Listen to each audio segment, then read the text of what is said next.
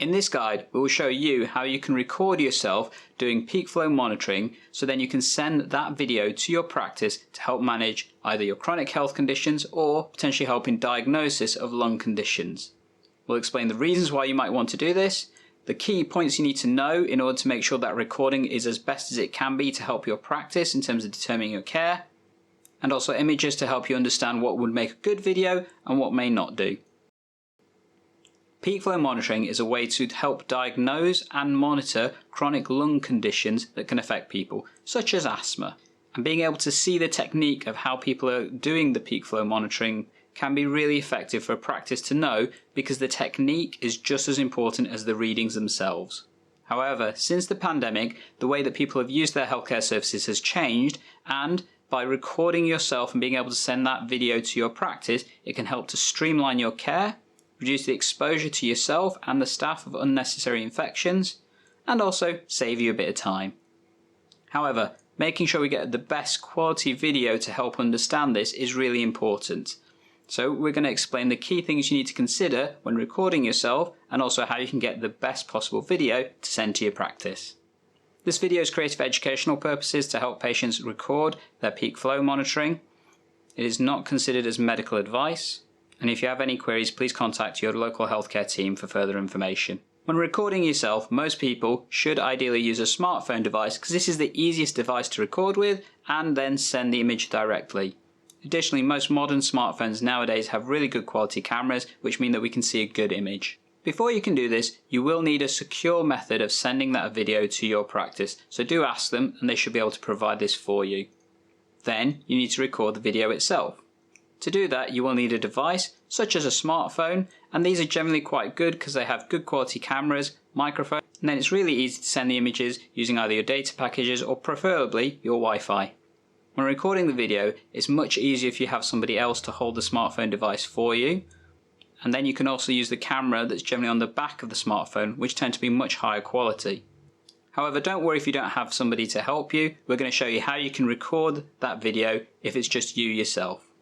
To record the video yourself, you will either need a tripod or at least somewhere to hold the camera, so then you can use the selfie camera on your smartphone device to record the video that you can send. Additionally, two things you need to also consider is lighting. So I tend to recommend the best way to do this is to stand in front of a window with the daylight coming onto you. That provides natural lighting, which is really good for most cameras. Or if you shine a lamp directly onto yourself, that can often be useful. Additionally, make sure you check the background of the recording image that you're doing, because you don't want to send anything that's slightly embarrassing or have somebody walk in as you're doing this. We've all seen those funny Zoom videos where people walk in. You don't really want to send that to your practice. In terms of how to frame yourself within the image, it's important to recognise that you will need to capture the upper part of your chest, ideally front and back if possible, your head, and part of your hand where you'll be holding the device itself.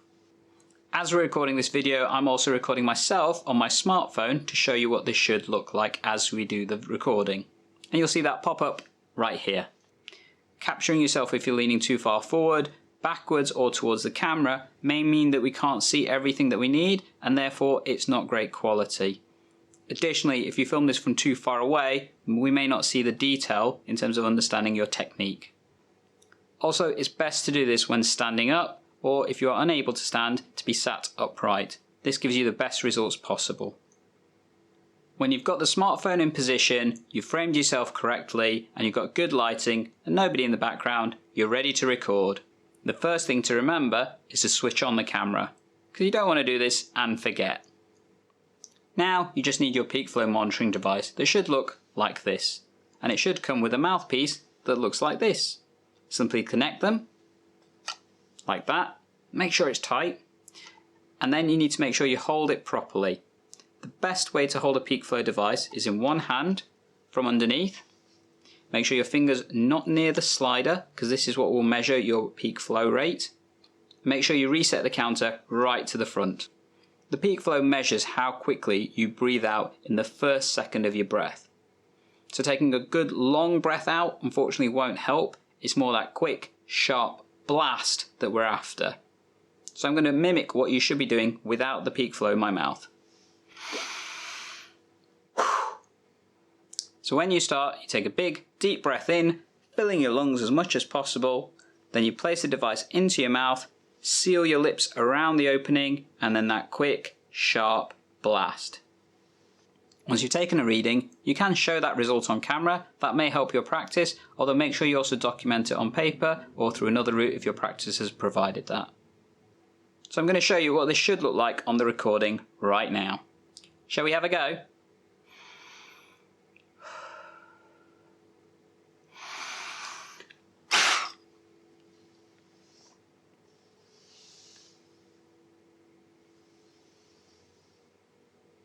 And here are my readings right there. After taking your first reading, reset the slider back to the start and then repeat. Ideally try and repeat this 3 times and then take the highest of the 3 readings and document that. Then switch off the recording and send that to your practice using the link that they have probably provided for secure storage, or if they haven't done so, inquire at your practice is the best way of sending that information securely.